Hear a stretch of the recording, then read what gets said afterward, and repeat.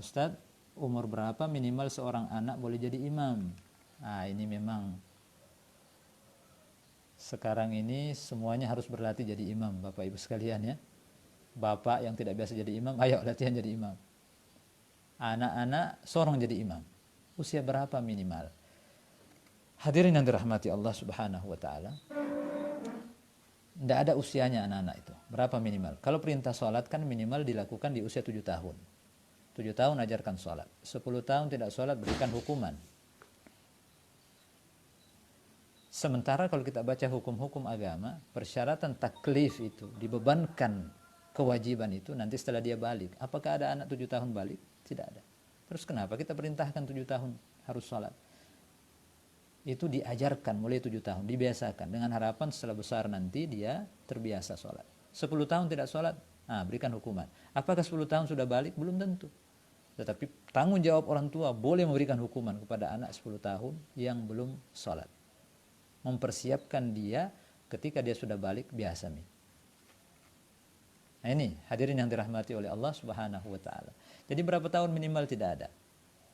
Kalau dalam fikih kita baca persyaratannya adalah tamyiz. Apa tamyiz itu?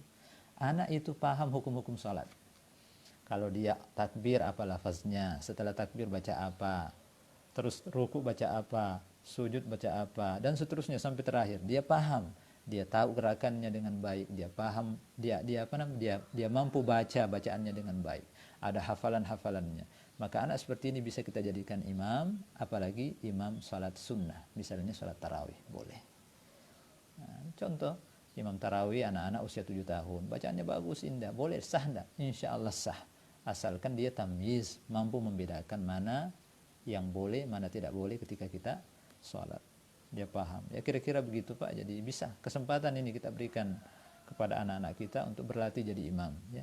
Ya, insya Allah mudah-mudahan setelah reda ini wabah banyak imam-imam muncul ya. Nah, ini juga saya kemarin sempat bercanda dengan teman-teman. Dia bilang banyak orang tidak tahu jadi imam sehingga dia tidak sholat di rumah. Nah ini kan musibah.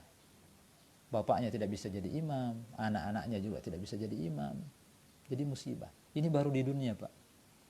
Di dunia sudah bingung dia ya. Ketika masjid tutup tidak ada imam, bingung dia ya. Bagaimana di akhirat nanti ketika tidak ada lagi saling tolong satu dengan yang lain, masing-masing bertanggung jawab dengan dirinya. Wah ini luar biasa. Di dunia saja bingung dia. Akhirnya dia apa? Bikin status macam-macam. Dia cacilah imam masjid, dia cacilah pak ustadz dan seterusnya. Padahal dia yang tidak bisa jadi imam mungkin ya. Nah ini apa yang perlu kita lakukan? Belajar. Minimal selesaikan ini masa belajar selama masa pandemi, belajar jadi imam, belajar jadi hafalkan bacaan-bacaannya sebelum datang hari di mana tidak ada waktu lagi untuk belajar, sebelum datang waktu di mana semua bertanggung jawab terhadap dirinya, tidak bisa lagi kita andalkan pak imam, pak ustadz dan seterusnya ya, kira-kira begitu.